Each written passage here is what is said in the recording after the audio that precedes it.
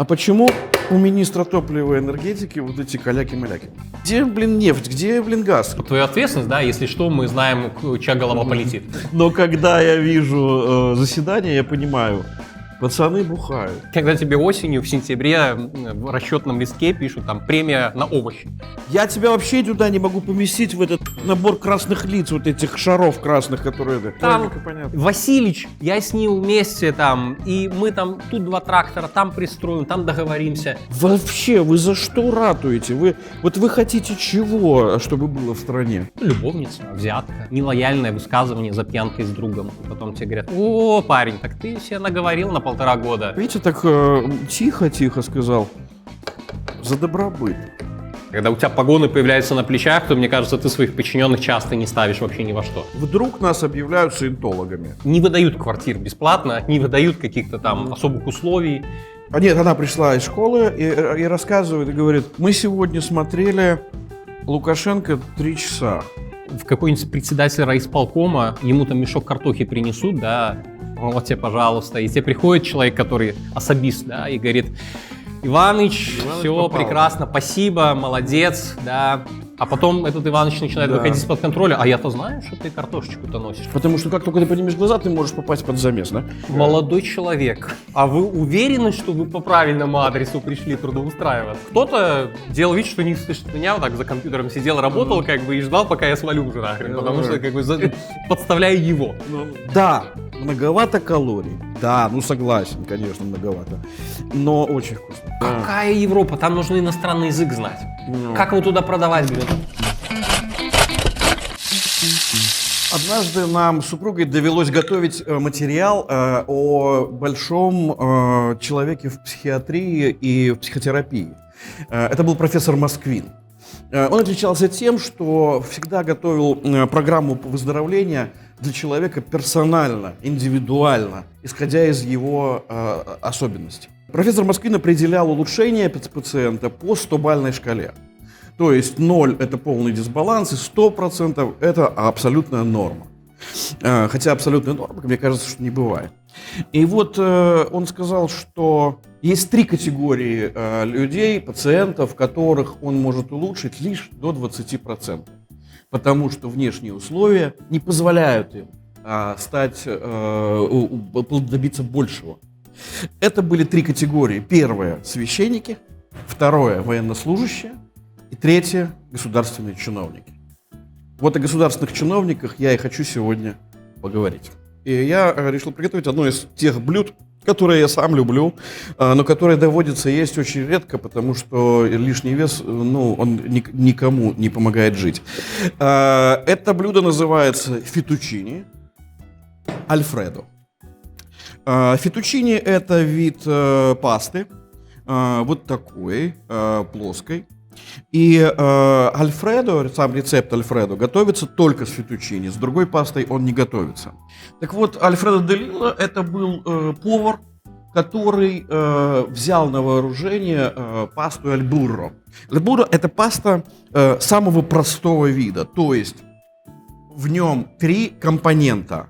Это паста, масло и перец. Они смешиваются. Паста аль бурро никогда не была в Италии блюдом для ресторанов или для каких-то серьезных мероприятий, потому что аль бурро считалась такой народной пастой. И ее упоминание на самом деле это восходит, наверное, к 15 веку, когда впервые она была упомянута. Но никогда не попадала в рестораны. И вот в одном из ресторанов Альфредо де Лилла решил начать готовить ее. И он добился очень большого успеха. В чем суть? Он обставлял приготовление этой пасты как театральное действие. Это было прям очень красиво. Он сам готовил, он выходил в зал, все это делал. Подавалось клиентам это с золотыми приборами, реально с приборами из чистого золота. Поэтому это становилось всегда событием. Потом эта паста стала немножко обрастать, уже приближаясь к современному виду. Появился соус, там же появилась курица, больше пармезана и так далее. Но о чем я хотел рассказать. Когда у Альфредо добился большого успеха, и эта паста получила название фетучини Альфредо, его ресторан стал для него неким чем-то обыденным. Он понял, что он хотел бы уже поменять немножко ситуацию и пожить чем-то другим. И он решил продать этот ресторан. Покупатели нашлись моментально, это были 2 его официанта. Они выкупили паи в ресторане, и Альфредо ушел на покой.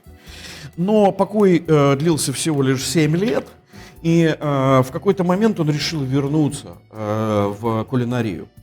Он вернулся в ресторан и сказал, что он хотел бы выкупить его обратно.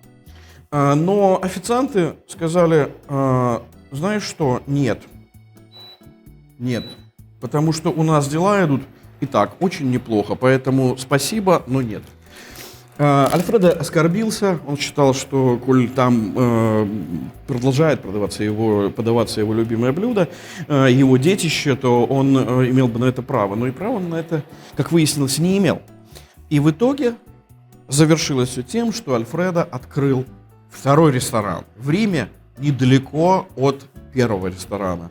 И с тех пор эти 2 ресторана стали конфликтовать между собой.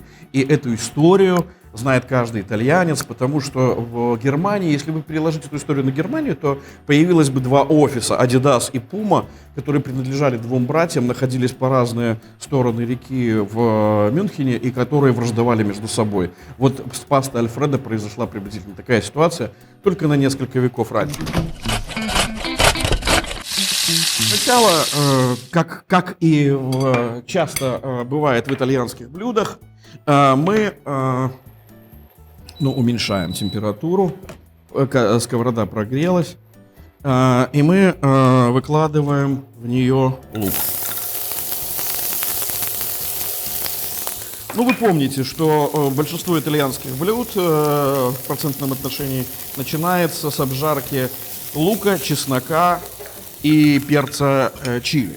Я никогда не понимал, как может чиновник, например, в возрасте там 50 лет находиться на каком-то совещании, которое показывают по телевидению, и где его откровенно совершенно уничтожает глава государства, и при этом как возвращаться из этой атмосферы хамства и неуважения, как вернуться домой, где, например, что сказать сыну или дочери?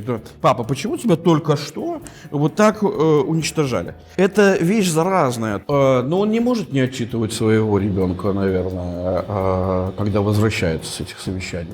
У меня есть такая мечта, вот если бы я был президентом, хотя я им быть не хочу, и это доказано на полиграфе уже, у меня была бы мечта, вот я бы вел такое совещание, говорил всякие гадости, а потом, а они же всегда, обратите внимание, они сидят на совещании и вот так что-то пишут. Вот так, и не поднимая глаз, потому что как только ты поднимешь глаза, ты можешь попасть под замес, да? И вот они пишут, и я бы сказал, совещание закончено, всем сдать тетрадки. Все, и собрал тетрадки. И я бы лежал дома на кровати вечером, и почитывал, что они там написали. Потому что, мне кажется, это любопытно. Там было такое, так, а почему у министра топлива и энергетики вот эти каляки-маляки? Что он там нарисовал мне? Он о чем думает вообще? Где, блин, нефть? Где, блин, газ? Где что? Где кто? Где тарелка? Вот она. Да? И мы оттуда откладываем наш триумвират, и сейчас мы будем обжаривать курицу. Я вам скажу так, вот я руковожу самыми разными проектами в сфере искусства, не только искусства, и мне приходится, конечно, работать с людьми, иногда с очень большим количеством людей, там, это может быть сотни человек. И вот я вам могу точно сказать, я не могу и никогда не мог позволить себе так разговаривать с людьми. Ну, просто потому, что со мной никто работать больше не будет.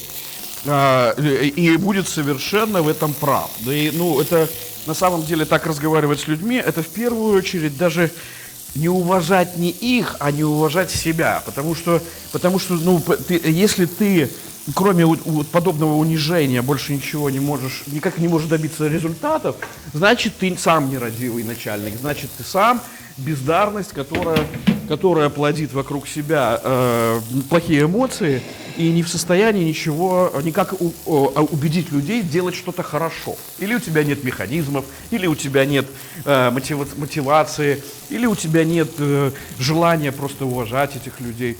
Мы обжариваем курицу с двух сторон, потом мы ее отложим, положим грибы и добавим туда лук, обжаренный лук, перец и чеснок, и тогда уже займемся фетучини. Фетучини нужно будет предварительно отварить, чтобы потом поместить в этот общий соус. Я отложил курицу, добавляю немножко масла. Я смешиваю масло сливочное с маслом оливковым, тогда оно не горит, оно придает такой легкий сухой аромат. Я выкладываю сейчас грибы. Учитывайте, что, то есть вот этот объем кажется вам большим, но вы же сами понимаете, что грибы очень сильно ужариваются, потому что они состоят очень во многом, в них насыщены влагой.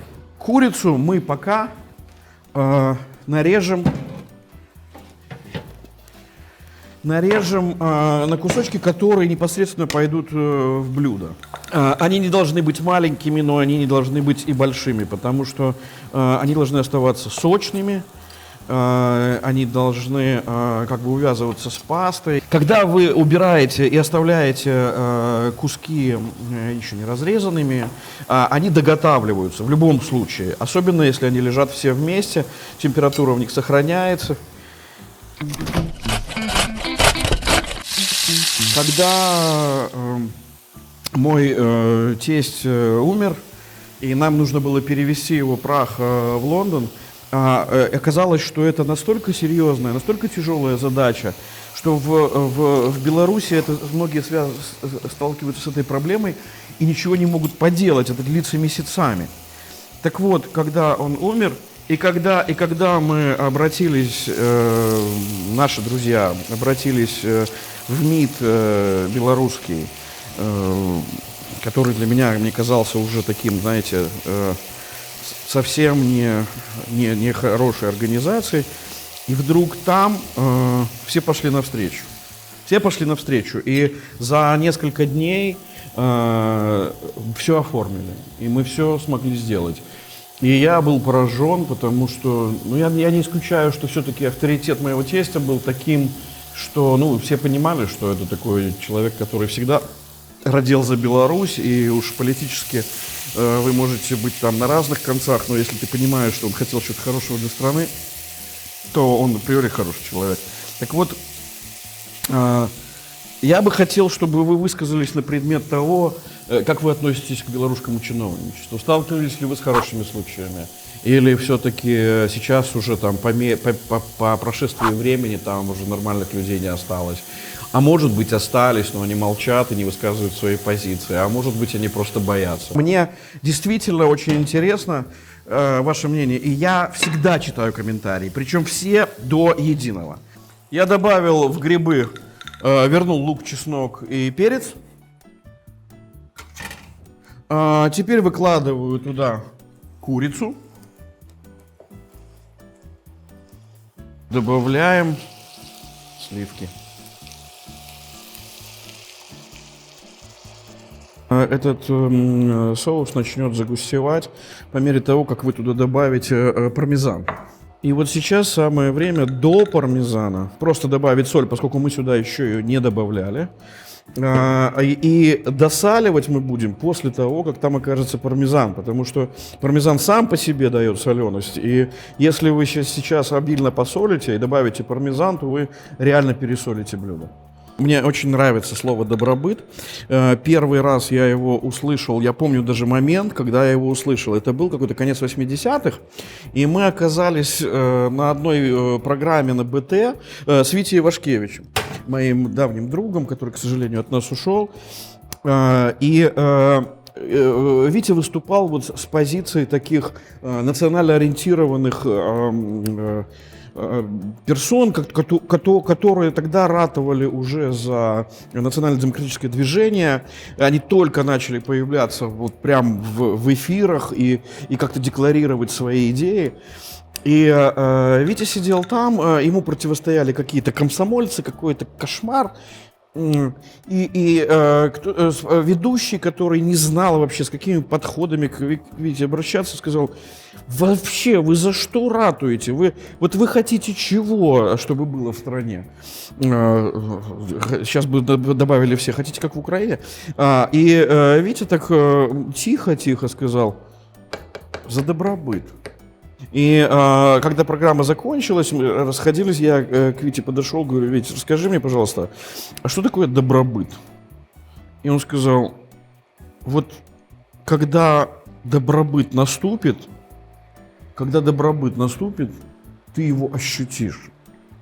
Вот это такая полнота жизни, которая включает в себя вот все. Тепло, достаток, образование, система услуг, медицины, вот добробыт, понимаете? То есть это, я бы, честно скажу, сейчас это слово просто брал на щит и объяснял всем, что давайте, ребята, мы добьемся белорусского добробыта, и вы поймете, что мы не зря старались. Это блюдо, вот это такой белорусский добробыт, знаете, да, многовато калорий, да, ну согласен, конечно, многовато, но очень вкусно. Он и пахнет как добробыт, и на вкус вот прям добробыт. И каждую клетку хочется впитать, да, чтобы этот добробыт усвоить. И сейчас ко мне придет, он уже идет, мой гость, человек, который 7 лет проработал в системе МИДа, сам он расскажет о своем прошлом и о том, почему, важный для меня вопрос, почему он туда пошел, да? И потом он в 2020 году сделал свой выбор. И сделал его логично, в отличие от тех чиновников, которые остались на своих местах. Это Павел Слюнкин.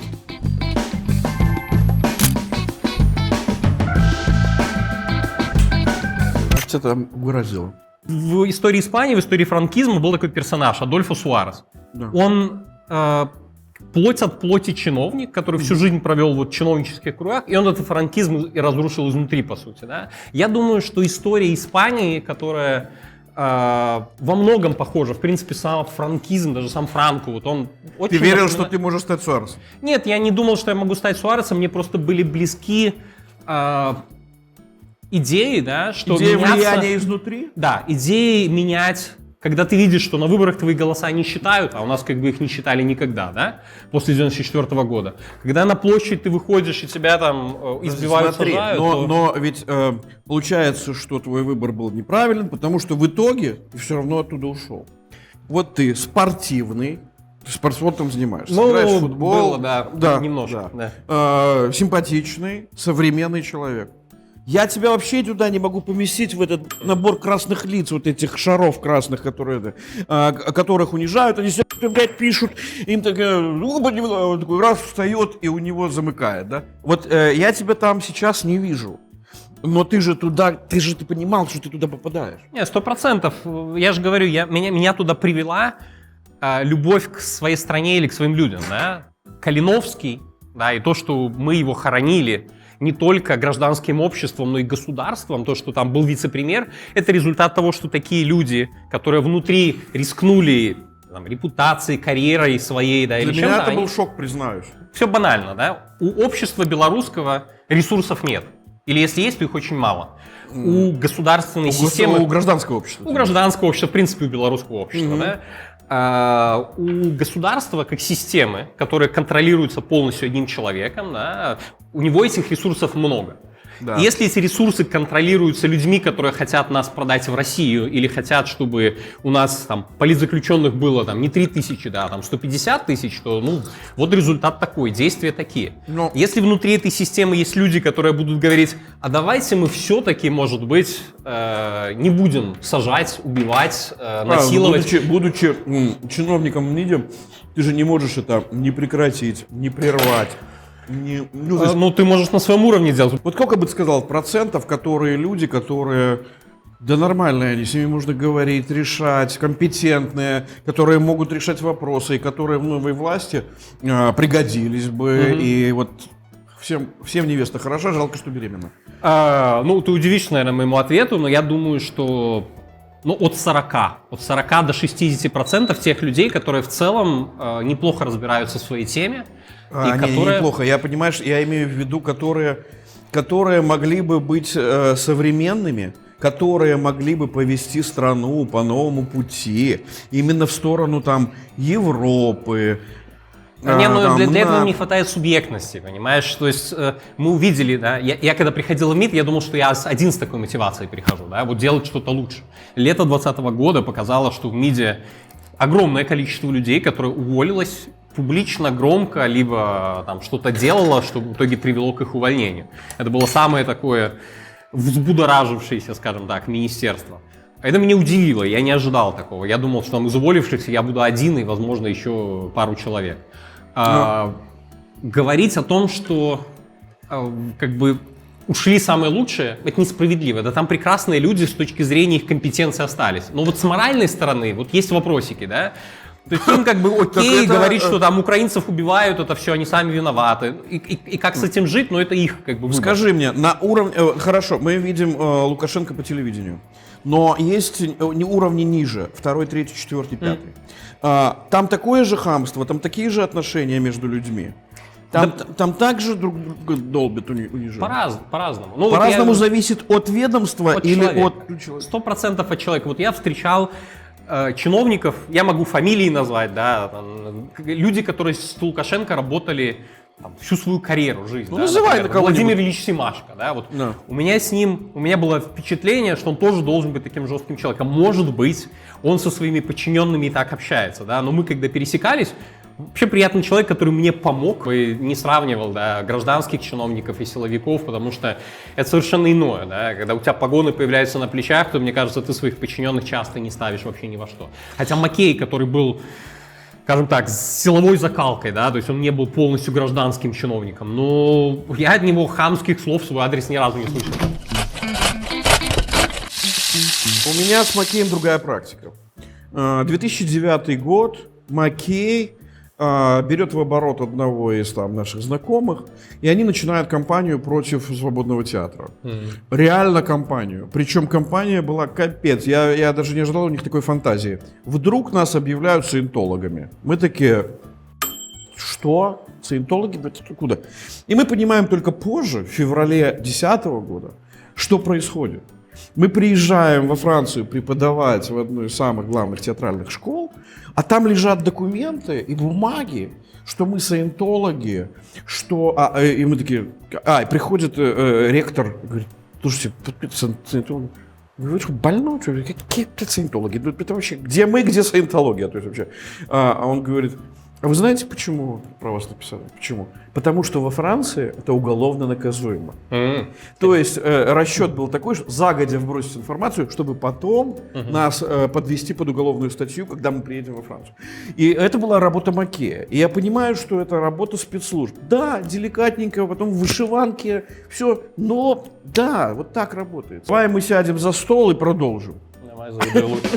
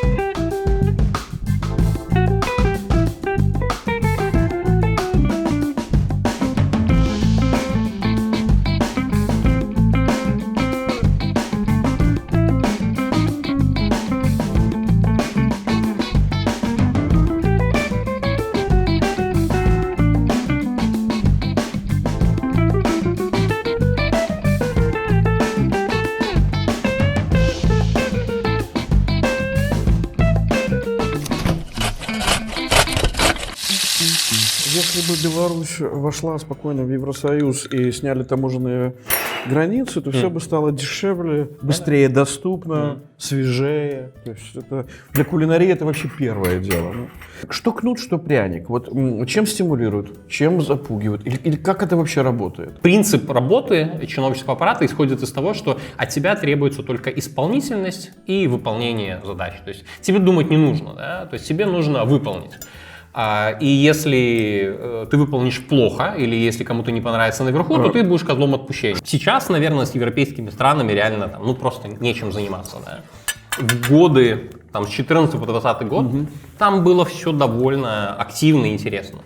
Начиная с визитов или там, встреч, переговоров на уровне министров иностранных дел, я посчитал в февраль, мне кажется, 2020 года был, или март, в общем, весна 2020 года, у Маккея было в 2 или в 3 раза больше контактов с европейскими западных стран дипломатами, чиновниками, чем там, СНГ или России. И это говорит о том, что, вот, собственно, куда эта дипломатия работала, да, куда она вела эту страну. Для того, чтобы такие переговоры велись или чтобы они развивались, тебе требуется, чтобы кто-то, после того, как большие дяди поговорят, да, кто должен выполнять эту черновую работу. И в этом заключается работа дипломата. Они там обсудили, смотри, у нас не решаются вопросы какие-то, да, у нас там условно визовое соглашение фасилитации, да, чтобы белорусы платили там не 80 евро, а 35. У меня ощущение создается, что один офис Тихановской сделал за 3 года больше, чем весь МИД там за 20 лет. У нас есть представление о том, что вот чиновников там прямо как-то кормят, как таких за лояльность. Ничего подобного. Чиновники зарабатывают довольно маленькие деньги. Льготы, которые им когда-то бы давались, их все позабирали.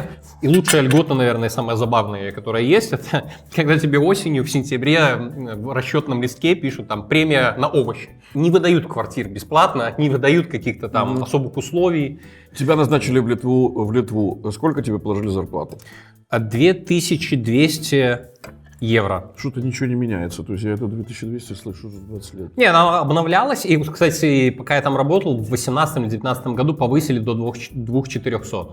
И при этом тебе параллельно есть где жить, да, то есть ты не снимаешь, эти деньги, они оплачиваются за счет там, посольства, за счет государства, налогов. Ну и автомобиль есть. Автомобиль, жилье 2200. Автомобиль, ну да. Ну и ты платишь там коммуналку, понятно, это все оплачиваешь, продукты. Ну, то есть дипломаты так и живут. Да? Они пока в командировке, они зарабатывают, откладывают, чтобы потом, когда ты возвращаешься на свои $400 или 400 евро в Минске, чтобы тебе 3 года протянуть, потому что как бы нужно и семью... До следующего назначения. 400 в Минске? Да, ну если в евро, то да. Ну, по крайней мере, было тогда, когда я уходил. Там не дотягивал у меня до $500, мне кажется, то есть 480, где-то до средней зарплаты, про которую всегда 500 говорят. Звучит странно, да, то есть типа 400 тебе платят, ты живешь за счет своей подушки безопасности, которую создал раньше. Продолжаешь работать. Вокруг там хамство, местами страх. Не, ну, серьезно. Мне хамили, может быть, за все время работы в МИДе. Ну, я не знаю, я даже сейчас не вспомню какой-то истории, которая бы меня там сильно обидела. Есть разные истории. То есть я слышал разные истории, разные начальники есть, но я с такими не сталкивался. Тут просто мы сейчас говорим про тебя, а с какими ты складывался? Например, с чем ты сталкивался? Какие были истории? Чтобы кого-то что? Ну, например, при назначении моей коллеги, она хотела ехать в посольство, да, одно. Ну, ее такими сексистскими шуточками там при назначении комиссии, да, она потом... очень расстроилась, да, плакала, да, потому что, ну, это просто выходило за рамки нормального, так быть не должно. Мой друг Петр Вайль, и Петя однажды, он приехал в 96 году, и вот это как раз был референдумный кризис, весь тяжелая история, и он, однажды мы сидим, обедаем с ним после из парламента пришли, и он говорит, у меня ощущение, что я в Чечне нахожусь. Я говорю, почему? Он говорит, у вас риторика у вот этих ваших глав, это типа, мы, мужики, должны с мужиками договориться, как мужики, как это. Он говорит, это откуда у вас вообще? Вот вы откуда это взяли, блин? То есть, учитывая, что Беларусь это женский род, да, то есть, как бы мужики, мужикастые с мужиками, мужики, что это вообще? Вы к чему? Но у нас это все прижилось почему-то. Ну, патриархальность у нас, это, в принципе, у нас же история человечества, она патриархальная. Советский Союз воспитывал эту патриархальность, да? И у нас пришел в 94 году человек, который это все, а за ним повторяют. Да, но понимаешь, потом меня поражают вот эти учителя, которые учат потом детей, да, потому что для них это некий маяк. Этот маяк работает. В 6 лет мы будем сидеть и смотреть все белорусское народное собрание. По телевизору это хамство, обесценивание людей, какое-то, ну вот такое позорище, да.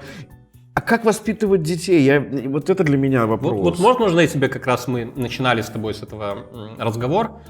Вот ты бы какого хотел учителя, который, работая на этом месте, получая приказ там, посадить детей перед телевизором, чтобы он посадил и выполнил все? Или тот, который там включит типа беззвучно, да, а при этом будет играться с детьми в какую-то там игру, например, да, или создаст эту видимость, или выключит через 10 минут. Да. Вот я хочу, чтобы это был второй. Если нету выбора другого, то же самое и с чиновниками. Приходит задача, да, вот я свою историю могу тоже рассказать, когда там БНР 100 праздновали, да. Казалось бы, да, правительство там должно быть, у нас не сильно оно симпатично к этому было. Но я официально, как чиновник, приходил на мероприятия, дискуссии в Литовской национальной библиотеке, МИД там тоже участвовал, организовывал. Я, как белорусский чиновник, участвовал в этой дискуссии. Там были представители белорусских политических партий. Да. Я не помню, кто... Анатолий Лебедько, может быть, там был, да. Разные наши... Ну вот мы на одном мероприятии спокойно разговариваем. Ну это же хорошо, да? Скажи мне, что на это все говорит твоя супруга? Она не говорит тебе, мы тут вот вчера беседовали с нашим другом, комиком Сашей Калинкиным, и мы пришли к тому, что когда тебе жена говорит: Павел, нам надо кое-что обсудить, и ты обязательно мы будем обсуждать, что ты уеб. Да, то есть, как бы, это так нам жены наши говорят. У тебя та же история или нет? У меня, знаешь, как было? У меня супруга тоже бывшая дипломат. Она ушла раньше. Она ушла, потому что вышла за меня замуж. У нас, ну, это все мидовская патриархальная тема, что не могут муж и жена вместе работать. И, в общем, она решила, что ей важнее семья или там я. И она тебе освободила место таким образом? По сути, да. И... Прям начало романа, красивой повести. Ну, я, собственно, ей благодарен, потому что она всегда мне так и сказала: я знаю, что ты любишь эту работу больше, чем я. Я тебя люблю больше этой работы, и мне вообще как бы это не проблема, да. У тебя хороший цвет лица, и отставленный бокал говорит об этом, да? Это меня просто накрасило. Но когда я вижу заседание, я понимаю, пацаны бухают там. Это правда? Кто как, но меня когда брали на работу, мой шеф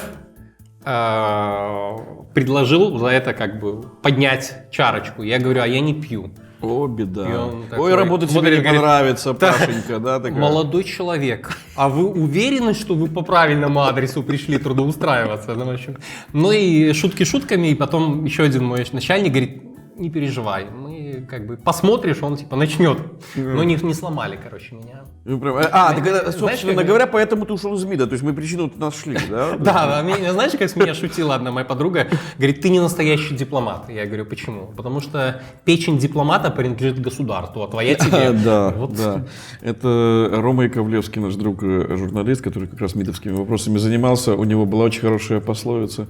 Он говорил: второго застоя моя печень не перенесет. То есть это правда. Я понимаю, что если ты становишься чиновником, ты хочешь управлять государством в какой-то ипостаси, в этой ипостаси, но это управление большими системами. И поэтому я допускаю, что когда ты приходишь в IT, это масштаб. Я помню, как однажды Паша Якубович, который мы были в хороших очень отношениях, и он однажды мне сказал, и я его понял, при том, что все его считали чуть не людоедом, да, но он сказал мне, я сказал: зачем ты пошел в советскую Белоруссию? Зачем? Ты мог выбрать. Он сказал: потому что в 50 лет я не могу бегать по пресс-конференциям. Я понял. Потому что, он калибр был другой, прочее, со всеми огрехами, которые он там наворотил, неважно.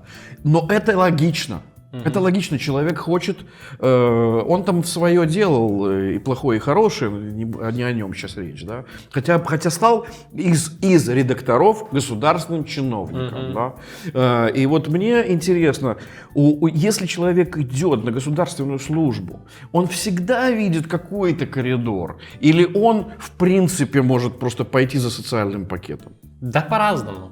Опять же, я видел сторону МИДа, да, силовиков мы вообще за скобки можем вынести. Да, есть, условно, да, Минсельхозпрод или Минпром. Это узкая сфера специалистов. И там часто приходят люди, которые, ну вот они там сами, как от земли Лукашенко говорит, вот, ну реально там есть люди, которые хорошо эту тему знают. И они не видят своего применения, в какой бизнес они пойдут, да. Им сложно. И когда ты становишься частью этой системы, она тебя немножко пожирает, поглощает, потому что тебе потом кажется, что ты себя нигде не применишь. В МИДе все проще. Да? У тебя есть хорошее образование, ты владеешь иностранными языками, и можешь, и ты знаешь, как живут там люди за границей. Да? Как эта система тебя поглощает? Это рабство дела или это все вместе? Социальный пакет, жилье служебное, бла-бла-бла. Социальный пакет я бы вообще выбросил, потому что никакого социального пакета для чиновников бычного ранга нету. Обычного. С какого ранга это начинается? Я думаю... С доступа к телу? Я думаю, что плюс-минус, да, это какие-нибудь заместители министры. Заместители министра, министры, замглавы администрации, глава администрации. Да, или там, не знаю, директор, заместитель директора предприятия какого-то белорусского. Они не чиновники, но это очень похоже на систему чиновников. Да, красный директорат. И... Ну, вот эти чиновники большого калибра, они могут купить квартиру дешевле. Я думаю, да. Я думаю, им выделяют эти участки чуть ли не бесплатно или бесплатно в хороших районах. Дома как-то они свои строят. Да? А, как я понимаю, ниже чиновники, их слишком дохрена, чтобы они эти бонусы получали. Да. Но, и они же, и так будут работать. Ну, они видят, что у начальников, если они дорастут до того момента... до того момента тогда они получат свои плюшки. И там, соответственно, есть и то, что ты говоришь, управлять, да? Возможность управлять, возможность что-то влиять, и возможность еще и получить какие-то на скажи, какой компромат может быть на чиновника? Любовница, взятка, какое-то нелояльное высказывание за пьянкой с другом. И потом тебе говорят: о, парень, так ты себе наговорил на 1,5 года. Но мы верим в себя. Тоже. Да. Ну, коррупция, она есть, да, и причем она же в разных формах проявляется. Да, конечно. Условно, в какой-нибудь председатель райисполкома, ему там мешок картохи принесут, да, вот тебе, пожалуйста, и тебе приходит человек, который особист, да, и говорит: Иваныч, все попал, прекрасно, спасибо, молодец, да. А потом этот Иваныч начинает выходить из-под контроля. А я-то знаю, что ты картошечку-то носишь. За что могут дать взятку? В МИДе? Или... Ну, и в МИДе, да. Ну, в МИДе, да. В МИДе сложно. Нет, в МИДе на самом деле сложно представить. То есть там, возможно, какие-нибудь кадровые вопросы. Кто-то сына, где дочку хочет устроить дипломатом, сделать. О, вот тебе возможность, да. Кто-то хочет получить какие-нибудь там, помочь чиновнику или там какому-то бизнесмену визу получить в иностранном посольстве без очереди. Вот тебе там бутылку коньяка принесут, например. Ну, такие мелкие вопросы. Возможно, на топ-уровне там что-то и побольше есть, да, но в принципе это не та сфера, потому что МИД не создает ничего, да, то есть это не производство. Да, сложно. А вот если что-то Минпромы, производится... где тендеры... Сельское хозяйство, да, или там райисполкомы, региональные власти. Ну, я так понимаю, в среде чиновничества эти слухи летают про взятки, про это, да, что того-то взяли, этого там. Ну, да. Я думаю, что да. Просто, опять же, МИД это в меньшей степени задевает, потому что ты вне этого процесса цикла. Да, теория прибавочной стоимости. Ну, и в целом ты вне этого кольца, да. Ты что-то там получил, у тебя какая-то должность, тут можно с этим договориться, вот мы там продадим, тут себе... Просто МИД, он в стороне. Да? И поэтому это не очень актуальная, в принципе, была тема. Но когда всплывают темы, ну, как бы... Театралы обсуждают все в гримерках. Там менты в бане за водяры. Да. Где мидовцы обсуждают?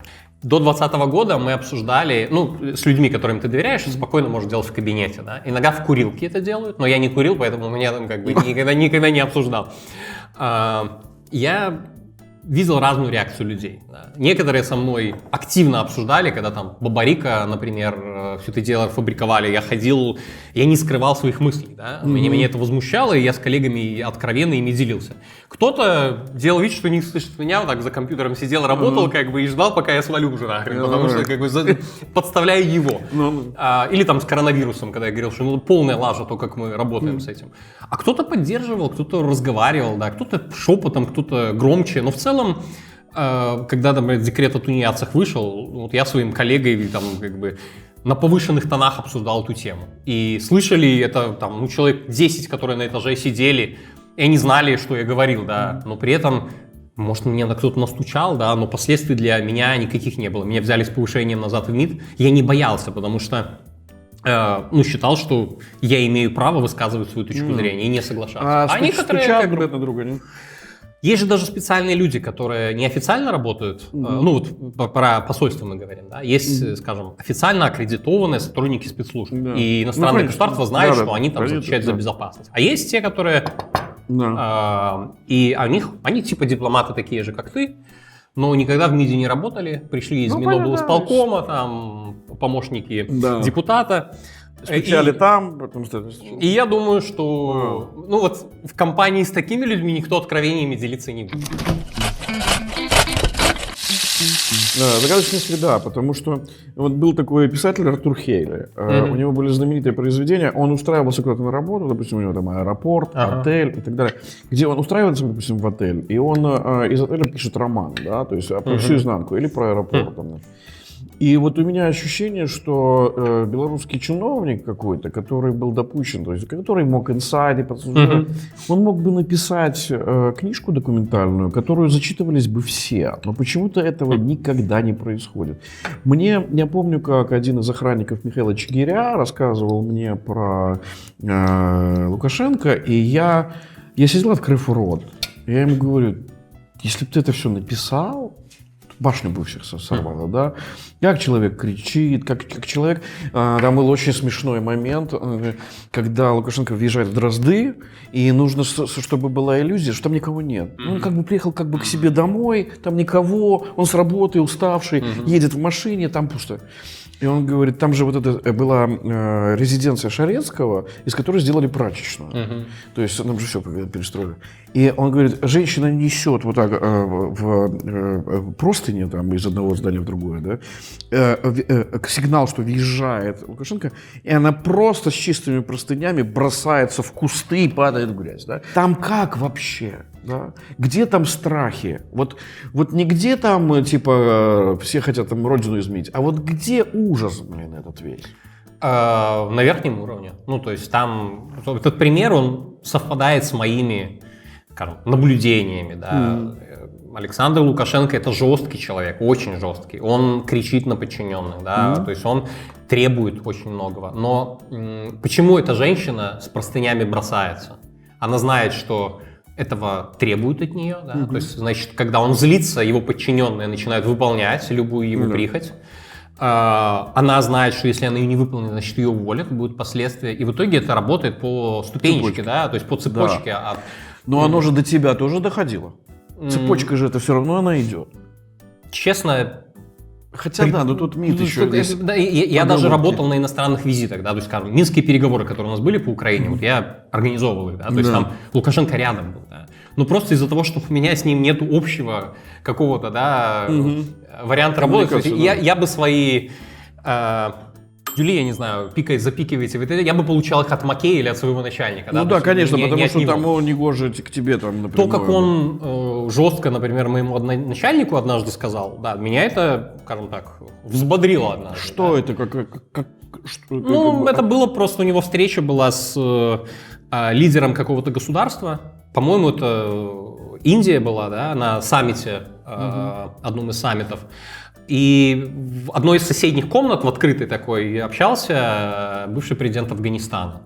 И шеф протокола, когда он заходит, он начинает говорить просто, вот Александр Григорьевич здесь как бы президент Афганистана, да.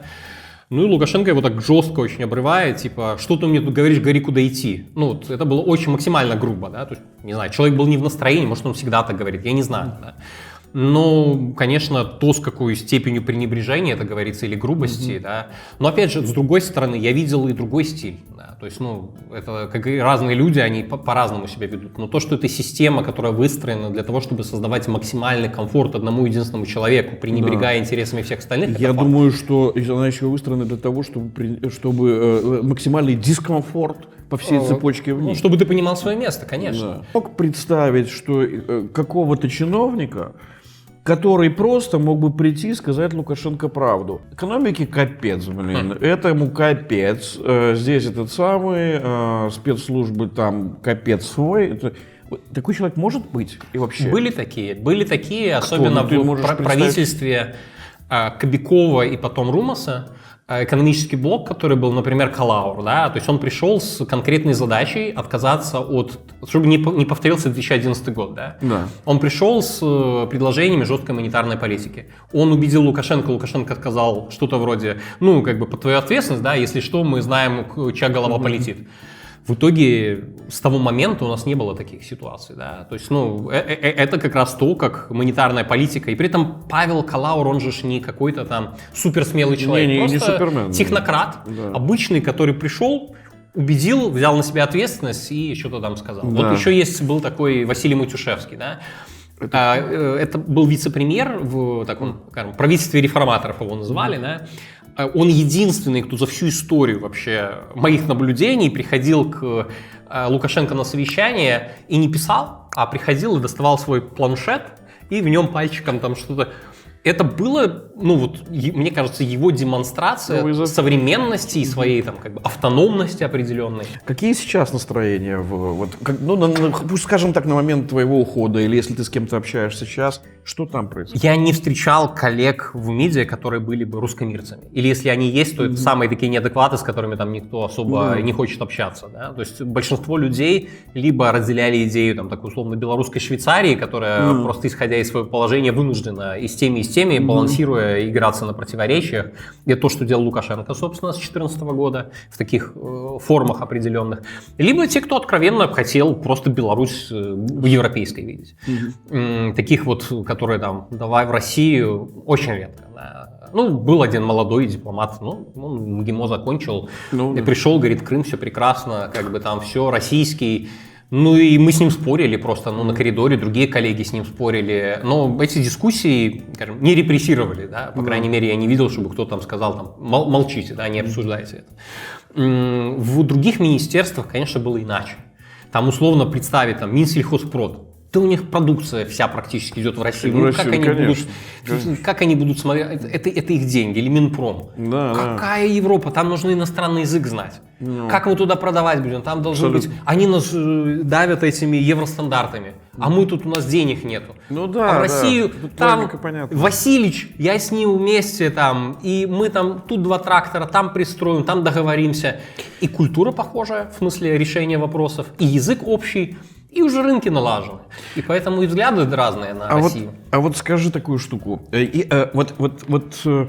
Люди, чиновники, которые втихую, да, хорошо, они не артикулируют, да, но сколько бы ты прикинул процентов, или какая доля тех, которым ни хрена не нравится вот это с Россией, не нравится политзаключенных история, не нравится это самое, и такие, неплохо было бы уже тихонечко как-то во все стороны, за добробыт, а не за луку, да, вот у которых есть некая национальная ориентация, да, пусть даже не белорусскомовная, а вот просто государственная. Да. Я думаю, что 30-40% таких есть. Самый главный не сколько их, а сколько тех, кто готов хоть что-то делать ради этого. Да. И вот здесь как бы просто падает это к минимуму. Да, это делать нет. Есть еще другая история.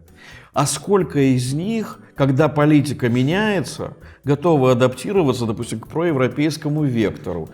И тут цифра начинает расти. Абсолютно. Которые подстраиваются и это. Когда с европейцами, да, ну МИД же, основная задача была как раз разморозка отношений с Евросоюзом. Мы когда обсуждали, Украина, Молдова, Грузия, они были на треке интеграции с Европой, у нас нет. И ни один чиновник европейский говорил о том, что комфортнее всего работать с белорусскими там, дипломатами или чиновниками, потому что они очень исполнительны. Да. То есть мы договорились, перед тем, как ты договоришься, они будут условно вымарывать каждую буковку, да, но если подписываешь что-то, все, там дальше идет просто исполнитель.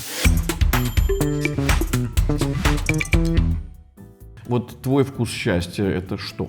Было спокойнее, если бы я мог откусить чего-нибудь того, что мне бабушка моя любимая Ну приготовила вот, бы. что? Да.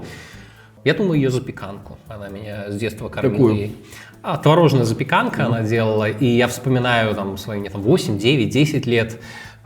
И она... Я летние каникулы у нее проводила. Сам в Бресте родился, вот приезжал к ней в Минске. Она в в Минске? Она минчанка, да. И вот я сплю там до 10 утра, потому что поздно ложусь, и она меня будет, говорит, Пашенька, она меня всегда Пашенька зовет, и вот на кухне там уже горячая запеканка творожная, и там типа ты со сметаной или с малиновым вареньем каким-нибудь кушаешь, и потом ты ее кушаешь, и знаешь, что через полчаса ты будешь бегать в футбол играть. Это вкус, мне кажется, такой вкус Вот детства. это и есть вкус счастья. Наверное, да. Но я же в свои 10 лет не вернусь уже. Спасибо, что ты разделил со мной эту... Спасибо большое, было очень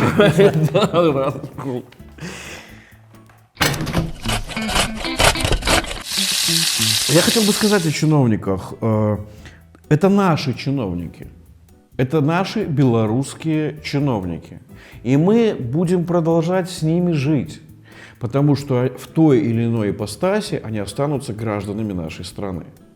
И то, как они осознают, что они белорусы, и что это народ, который нанял их на эту работу, от этого будет зависеть, останутся ли они потом на своих должностях и будут ли они приносить государству пользу. Мне кажется, что это должны осознать и мы, и они. Но в одном я уверен совершенно точно. Они, как граждане Республики Беларусь, не заслуживают хамства, кем бы они ни работали.